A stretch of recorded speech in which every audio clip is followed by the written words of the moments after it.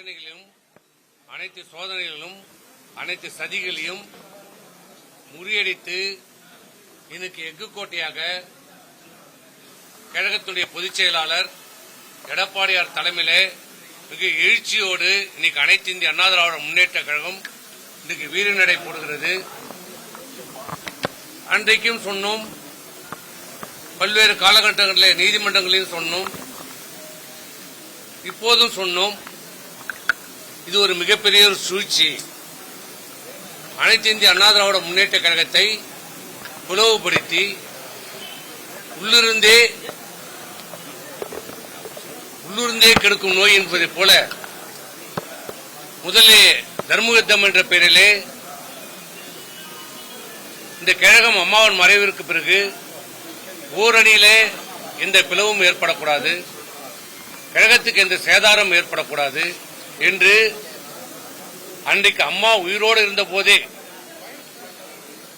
இன்றைக்கு நியாயம் தர்மம் பேசுகிற ஒருவர் அன்றைக்கு என்ன சொல்லியிருக்க வேண்டும்? இல்ல அம்மாவை முதலமைச்சராக அடக்கம் செய்துவிட்டு நான் பதவியேற்றுக் கொள்கிறேன் என்று சொல்லியிருந்தால் அவர் பெரிய மனுஷன். ஆனால் அன்றைக்கு பதவி ஆசை, பதவி வெறி, யாரோ சொன்னார்கள் என்று யாரோ சொன்னா கூட இவருக்கு எங்க போய்விட்டது. அன்றைக்கு இரவோடு இரவாக எல்லோரிடம் கையெழுத்து பெற்று பதவி ஏற்றுக்கொண்டார், முதலமைச்சராக பதவியேற்றுக் கொண்டார். பிறகு அன்றைக்கு அவருக்கு யார் எதிரி? அவருக்கு தேவைப்பட்டால் நண்பர்கள், தேவைப்பட்டால் எதிரிகள், இல்லை என்றால் துரோகிகள். அவருக்கு பதவி கொடுத்தால் நண்பர்கள், பதவி இல்லை என்றால் அவர்கள் துரோகிகள் என்று சொல்லி காலத்துக்கேற்ப, நேரத்துக்கேற்ப, சூழ்நிலைக்கேற்ப பச்சோந்தி நிறம் மாறுவது போல அப்போது நிறம் மாறிக்கொண்டிருந்த ஒருவர். நாங்கள் சொல்லிக் கொண்டிருந்தோம், நாங்கள் சொன்னோம், பல காலகட்டம் சொன்னோம், பல நேரத்தில் சொன்னோம். இவர் அனைத்து இந்திய அண்ணா திராவிட முன்னேற்ற கழகத்துக்கு பிடித்த சனி. இவர் தானாக செயல்படவில்லை. ஒரு தூண்டுதல் பின்னணியிலே மிகப்பெரிய சதிவலை பின்னப்பட்டு அனைத்து இந்திய அண்ணா திராவிட முன்னேற்ற கழகத்தை அம்மா இல்லை, இந்த கட்சிக்கு தலைவர் இல்லை, இந்த கட்சியை அழித்து விடலாம், இந்த சின்னத்தை முடக்கி விடலாம், அதற்கு தேவையான தோதான நம்மளால் முடியாது, பிரதான எதிர்க்கட்சியாக இருக்கிற திராவிட முன்னேற்ற கழகமாகிய நம்மளால் முடியாது, அது அவர் தந்தை காலத்திலே பார்த்து விட்டார்கள், முடியாது, இந்த அண்ணா திமுகவை நம்மளால் அழிக்க முடியாது, அந்த சக்தி நமக்கு இல்லை, திமுக நமக்கு இல்லை என்பதை தெளிவாக புரிந்து கொண்ட அந்த ஒரு விஷயத்துல மட்டும் அவர் தெளிவாக தெரிஞ்சுக்கிட்டார். மற்றதெல்லாம் என்ன தெரியுதோ இல்லையோ புரிந்து கொண்ட அவர் உள்ளிருந்தே கொல்லும் வியாதியாக எதிரியை விட பக்கத்தில் இருக்கிற துரோகி தான் மிக மிக ஆபத்தானவர். எதிரியால் சாதிக்க முடியாததை ஒரு நண்பன், கூடியே இருந்த நண்பன், கூடியே ஒன்னா இருந்து ஒன்னா சாப்பிட்டு ஒன்னா படுத்து எல்லாத்திலையும் பங்கெடுத்துக் கொண்ட ஒருவன் துரோகியாக மாறினால் அவன் 1000 எதிரிக்கு சமம்.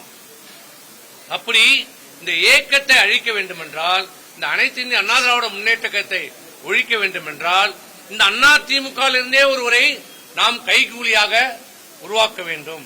அந்த கைகூலியை வைத்து இந்த அண்ணா திமுக பிளவுபடுத்தி சின்னத்தை முடக்கி இந்த கட்சியை அழித்து விடலாம் என்று தேர்ந்தெடுக்கப்பட்ட ஒரு நபர்தான் இன்று திமுகவிலே தன்னை இணைத்துக் கொண்டிருக்கின்ற. ஒரு காலத்திலே நான் அம்மாவின் விசுவாசி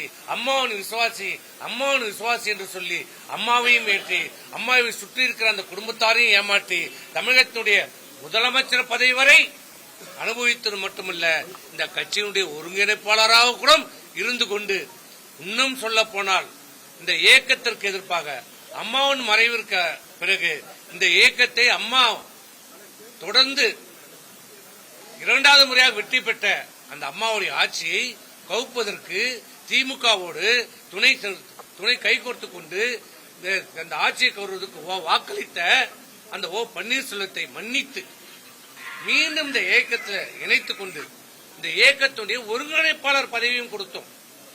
அதன் பிறகும் இந்த இயக்கத்தை முடக்குவதற்கு இந்த திராவிட முன்னேற்ற கழகத்தோடு கைகோர்த்து கொண்டு சதி செய்து இந்த இயக்கத்தை அழிப்பதற்கு ஒவ்வொரு கட்டத்திலும் ஒவ்வொரு காலகட்டத்திலும் பல்வேறு நடவடிக்கைகள் எடுத்தார்.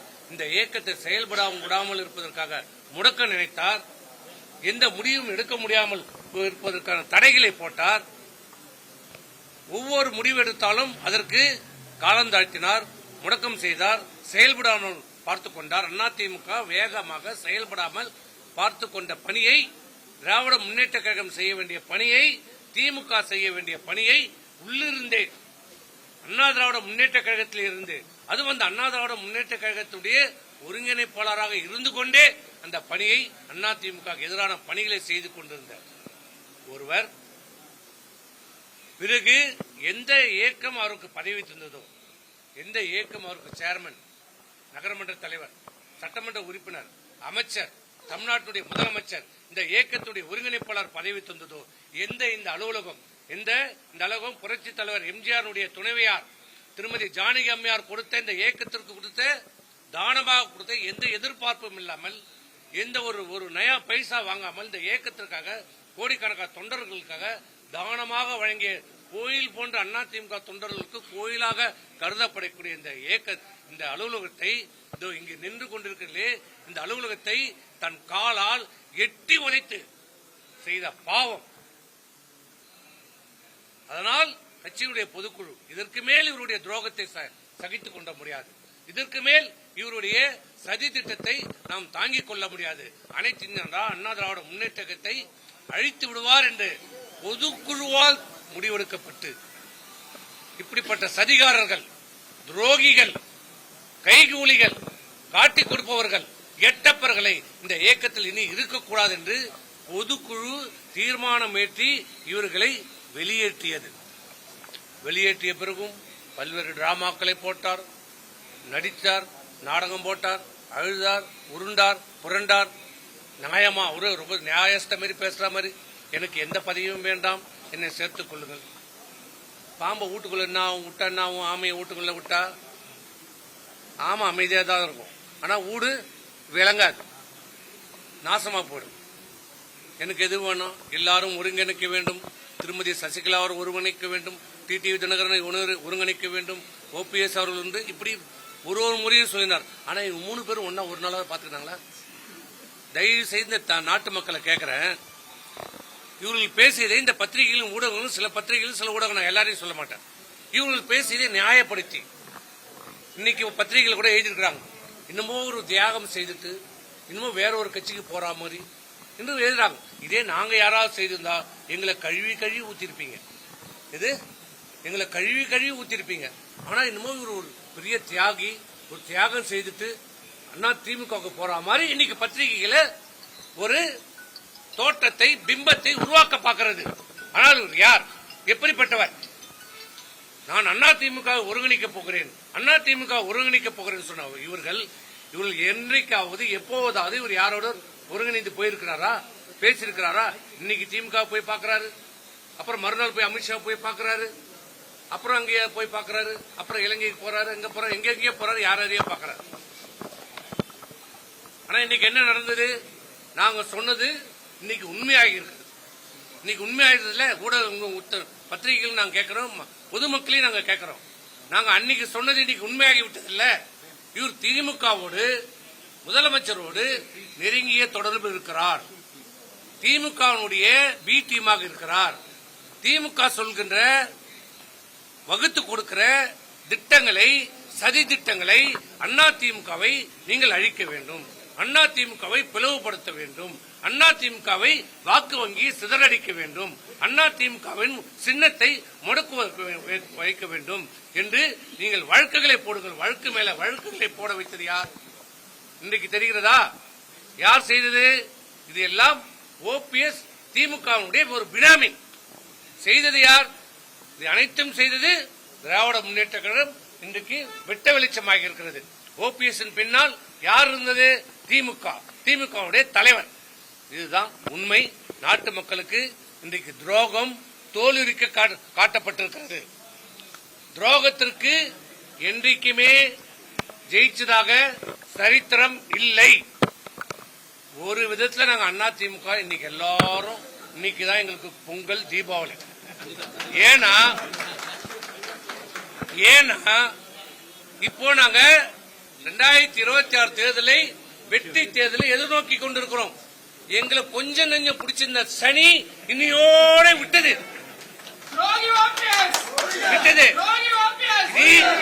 எங்களுக்கு பூசணிக்காய் சுத்தி திருஷ்டி சுத்தி போட வேண்டியதுதான். எங்களுக்கு எல்லாம் இன்னொன்னு சொல்லியிருக்கிறார். முக்கியமா இதை நீங்க தான் சொல்லணும். நான் என்னைக்குமே தீய சக்தி சொன்னதில்லை. அதிமுக தொடங்கப்பட்ட 1972 என்னைக்கு தொடங்கப்பட்டதோ புரட்சித் தலைவர் எம்ஜிஆர்ல இருந்து சாதாரண அட்டை வைத்திருக்காத அதிமுக அனுதாபி கூட சொல்கின்ற முதல் வார்த்தை தீய சக்தி, தீய சக்தி, தீய சக்தி. அப்படி நான் தீய சக்தி என்று சொல்லவில்லை என்றால் இவர் யார்? அப்ப இவர் உண்மையான அதிமுக இல்லை. எத்தனை மேடையில எத்தனை கூட்டத்தில் இவர் சொல்லியிருக்கிறார். இன்றைக்கு அப்பட்டமாக பச்சை பொய்யை இன்றைக்கு சொல்லுகிறார். இதை நீங்க தெரிஞ்சுக்கணும். சர்வாதிகாரி விமர்சிக்கிறாரு. அந்த விமர்சனத்தை எப்படி பாக்குறாரு? எடப்பாடி பழனிசாமி சர்வாதிகாரத்தனமா நடந்துக்கிறாருன்னு ஒரு விமர்சனத்தை துரோகி எதை வேணாலும் சொல்லுவாங்க. துரோகி சொல்வதற்கெல்லாம் எங்களுக்கு கவலை இல்ல. சார், இப்போ ஓபிஎஸ் வந்து திமுக இணைச்சிட்டாரு. அதே மாதிரி சசிகலாவும் புதிய கட்சி தொடங்கினாங்க. இப்போ இங்க அதிமுக சட்ட ரீதியான பிரச்சனைகள் எங்களுக்கு சட்ட பிரச்சனைகள் அனைத்தும் எந்த பிரச்சனை வந்தாலும் அதிமுக சந்திக்கும், எதிர்கொள்ளும். நாங்கள் அதை பற்றி எந்த காலகட்டத்திலும் பயப்பட்டதில்லை, அச்சப்பட்டதில்லை. ஆனால் இவர்கள் போட்ட ஓபிஎஸ் போட்ட வழக்குகளை நீதிமன்றத்திலே அதற்கான பதில் வரும். நாங்க இருந்த வரைக்கும் தான் தேனி மாவட்டத்தில் வந்து அதிமுகவோட கோட்டை, இப்ப அது ஓட்டைன்னு சொல்றாரு ரவீந்திரநாத். அந்த ஓட்டை இவர் துணை முதலமைச்சராக இருந்தார். யாரு? தேனி மாவட்டத்தில் ஓட்டை ஊந்ததுன்னு சொல்றாரு. அந்த தேனி மாவட்டத்தில் தான் இவர் துணை முதலமைச்சராக இருக்கின்ற போது அந்த இடைத்தேர்தல் வந்தது. ஆண்டிப்பட்டியில் அம்மா நின்று வெற்றி பெற்ற, புரட்சி தலைவர் நின்று வெற்றி பெற்ற ஆண்டிப்பட்டி இவர் குடியிருக்கிற ஊரு பெரியகுளம் தொகுதியில இடைத்தேர்தலில் தோல்வி அடைந்தது.